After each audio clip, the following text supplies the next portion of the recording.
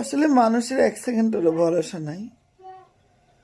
মানে মরণ যে কার কখন আসবে কেউ জানে না। এটা যদি জানতো তাহলে মানুষ আর বাড়ি গাড়ি এই সেই অট্টালিকা টাকা পয়সা এগুলোর পিছনে ঘুরতো না।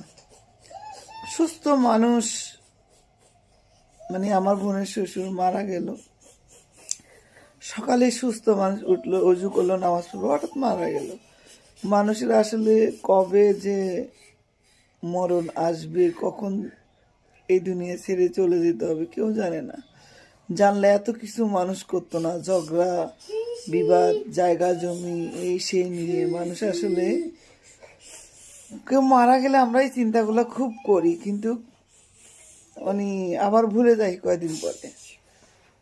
মানুষ আসলে মরতে হবে, আমরা ঝগড়া বিবাদ না করে একসাথে সবাই ভালোভাবে থাকলে